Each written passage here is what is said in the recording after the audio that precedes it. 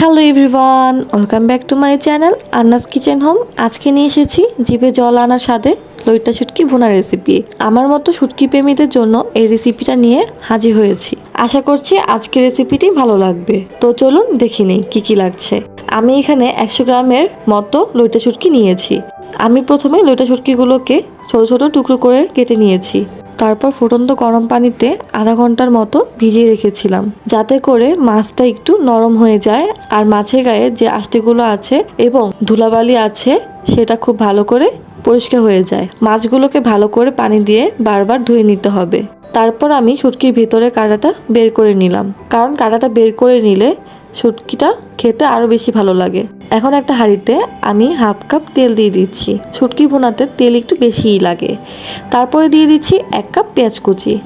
এখন পেঁয়াজটাকে একটু হালকা ভেজে নিচ্ছি।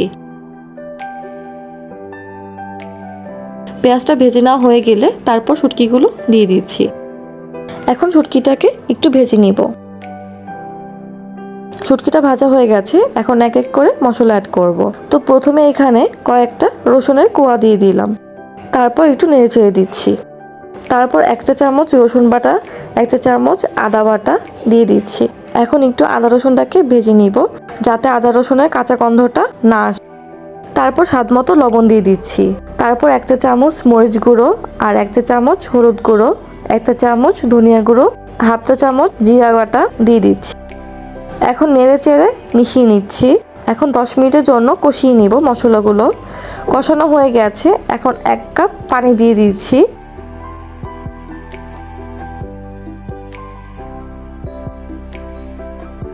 তো এখন 10 মিনিটের জন্য ঢেকে দিব।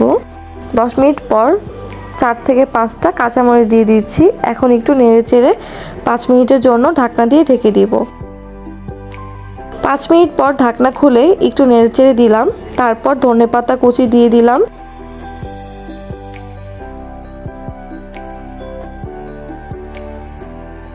তারপর একটা ঢাকনা দিয়ে ঢেকে দিব 5 মিনিটের জন্য। 5 মিনিট পর সার্ভ করে নিচ্ছি।